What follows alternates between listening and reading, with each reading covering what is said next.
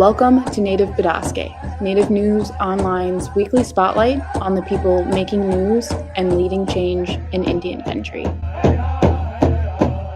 We're at the White House Tribal Nations Summit in Washington, D.C. at the Department of the Interior. I'm with the distinguished Chief Hoskin, Chuck Hoskin from the Cherokee Nation, distinguished Kim Teehee, the delegate-elect to Congress from the Cherokee Nation. So, Chief, thank you for agreeing to be interviewed today. You testified this month earlier about getting Kim Teehee. Tell us how you think that went, the hearing. I think it went well. But this was the Rules Committee. This is a powerful committee. I think we delivered the message we needed to deliver in terms of why seat Kim Teehee. She's incredibly qualified, but the treaty guarantees us a seat.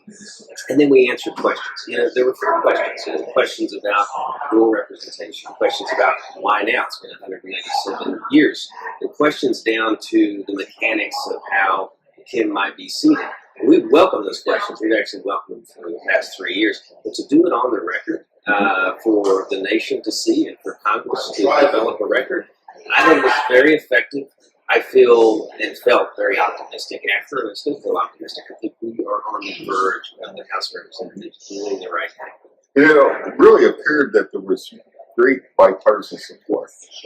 There was. I mean, you have the chair of the committee, Congressman McGovern, who created this opportunity, but with the support of the ranking member, Tom Cole. And then, that's obviously a mix of Republicans and Democrats on the Rules Committee. All of their questions were really oriented not towards should this be stopped, but how does this get implemented? I think by the end, there really was this bipartisan consensus that it's not a question of if we do this, it's a question of how we do it, and it was a good substantive discussion that happened. And Kim, I'm from Michigan, so I knew Dale Kilby, the congressman from Flint. I'm from Grand Rapids, though. You work for Congressman Kilby. And how will that experience help you as a delegate to Congress?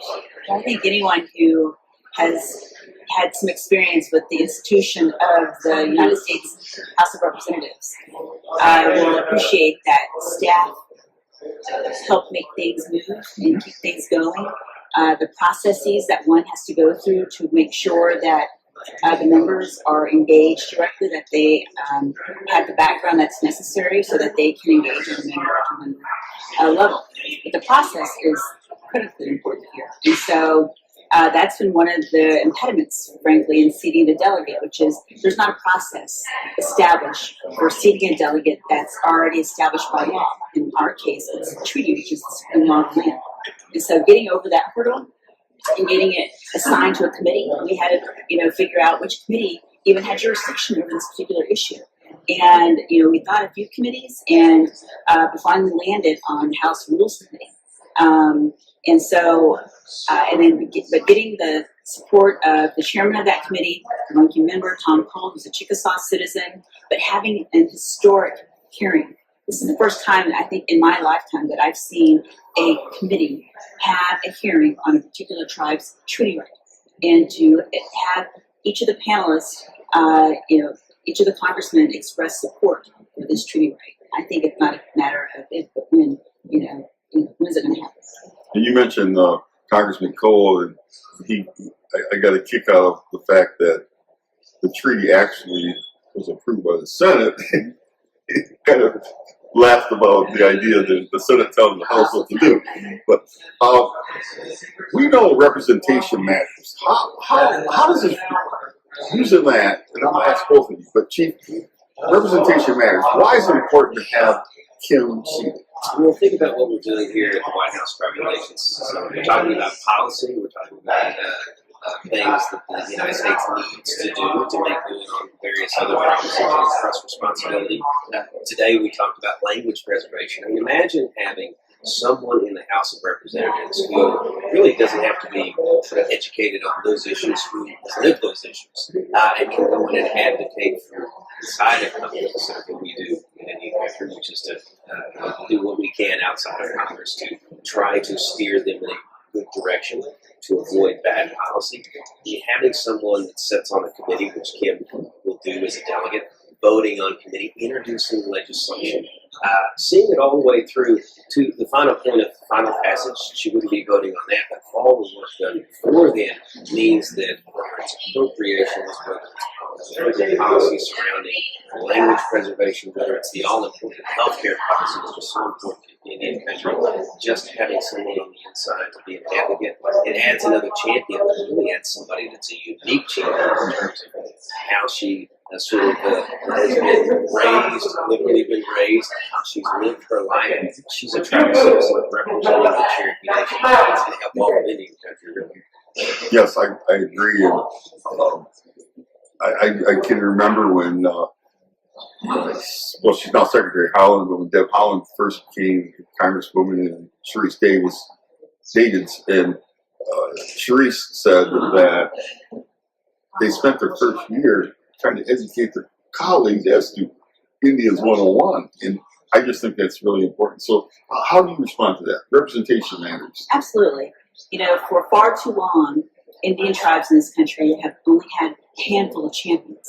They bear the burden of all the federally recognized tribes in this country in getting their issues addressed through Congress. I've had the privilege of watching Senator Inouye, Dale Kildee, Ben Nyhurst Campbell in action. Modern day heroes include Congressman Cole, right? Congresswoman Sharice Davids. We have in my lifetime, not to be dramatic about it, but in my lifetime, the most natives we have in Congress in a single period of time. And representation matters. So it's important to add a seat at the table and have that seat be filled by a treaty-based delegate. And so that we can have a seat at the table whenever formulating laws that impact uniquely us. But we also know, too, that this treaty right, while Cherokee Nation is the recipient of it, would also more broadly impact all of Indian country. And I think that's why we've been able to galvanize so successfully support throughout the country of Indian tribes supporting the seating of Yeah, and some of the conversation I heard yesterday, and the press wasn't allowed in the prep meeting, but outside in some of the literature I've seen, there's really the term advanced appropriations as it relates to healthcare in Indian country. Can you respond to that? Why it's so important? Absolutely. So advanced appropriations is actually something that Chief Hoskin and Cherokee Nation has really been an advocate for. We are in a environment where Congress is routinely passing their appropriations funding bills by continuing resolution. And we're always on the cusp of government shutdowns. That's being discussed now, right? We've got the continuing resolution that's expiring next month, and what that means for tribes is we have to make contingency plans just in case there's a government shutdown. That kind of planning is disruptive of tribal governments that have few enough resources as it is to have to then try to decide how are we going to keep our nurses employed, doctors employed, our law enforcement employed. Advanced appropriations would eliminate that worry and allow tribes to have an additional fiscal year of funding, right? And so there's bipartisan support to at least have advanced appropriations in the Indian Health Service system. Really, it needs to be expanded, but we'll take that to start because we need to look after the needs, the healthcare needs of our citizens, especially our elders and those who are the most vulnerable of the population. Advanced appropriations would allow us to do that and give us some certainty with the funding so that we wouldn't have to undergo disruption that can be caused by continuing resolutions and potential for government shutdowns. And Chief, I was at the Cherokee Nation's capital in June, and I went through the clinic.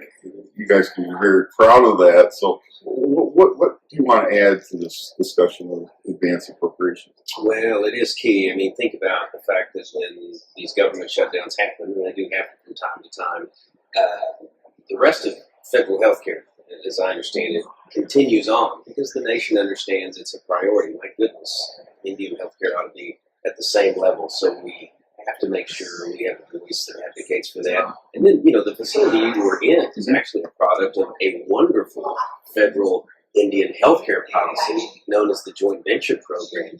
That program, and it's not on advanced corporations, but that program is a winner. It's a winner for the country and for Indian country. We need more of that. Having somebody like Kim Teehee, who comes from the Cherokee Nation, knows it works, knows the experience you had, wants that for all of Indian country, should be a champion for that. We need to work that. Yeah, you call it it's called a clinic, but to me it looks like a hospital. Yeah, but congratulations on that. Yes. And to our audience, thank you very much, Chi Miigwech, for tuning in to another episode of Native Bidaské, and we had our distinguished guests, Chief Hoskin and Kim Teehee. So Chi Miigwech, and we'll see you next week.